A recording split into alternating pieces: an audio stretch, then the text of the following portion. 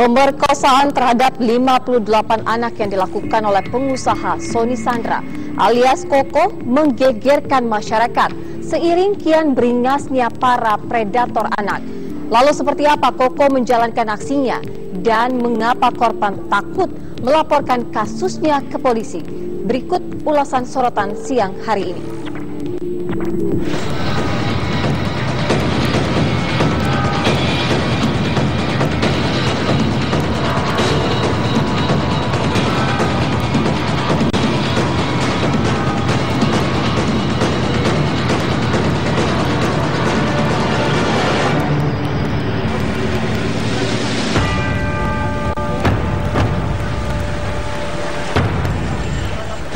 Pemerkosaan terhadap sejumlah anak oleh seorang pengusaha asal Kediri, Jawa Timur menambah deretan panjang kasus kekerasan seksual di negeri ini.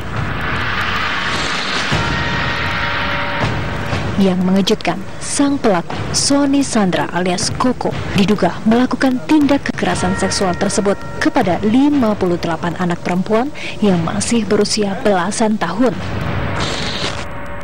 Namun sayangnya, kasus yang kini telah masuk proses pengadilan di PN Kota dan Kabupaten Kediri itu hanya menyediakan berkas perkara 5 korban saja.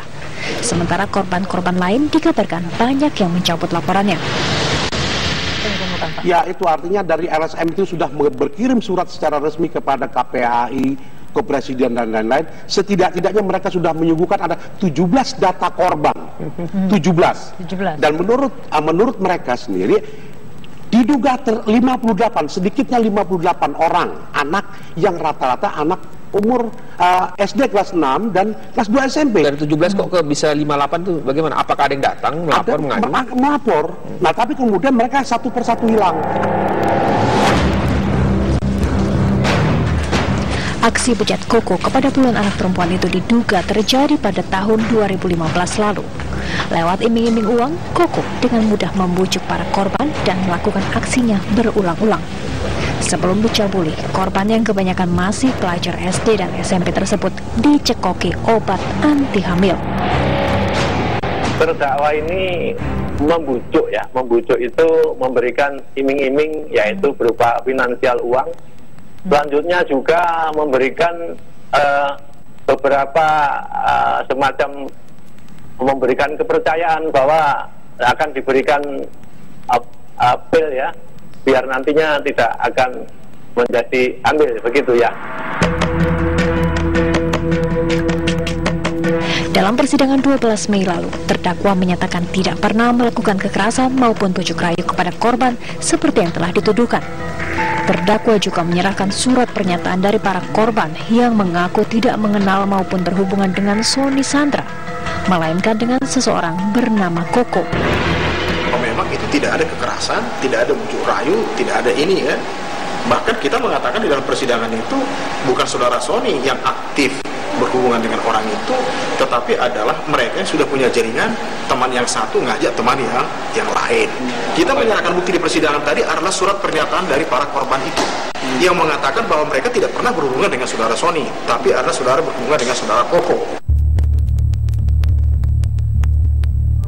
Kasus ini mulai terungkap saat kepolisian setempat menerima laporan salah seorang ibu korban berinisial AK.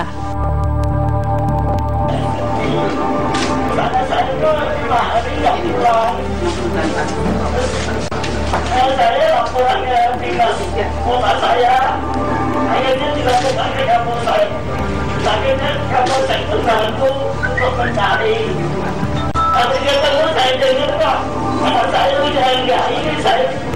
Ini dinaikkan apa enggak?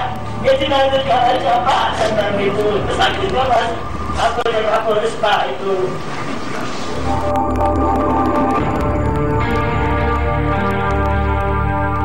Aka yang kini berusia 13 tahun mengaku pertama kali bertemu Koko karena diajak oleh temannya. Hingga akhirnya ia bersama temannya tersebut dibawa ke sebuah hotel oleh Koko.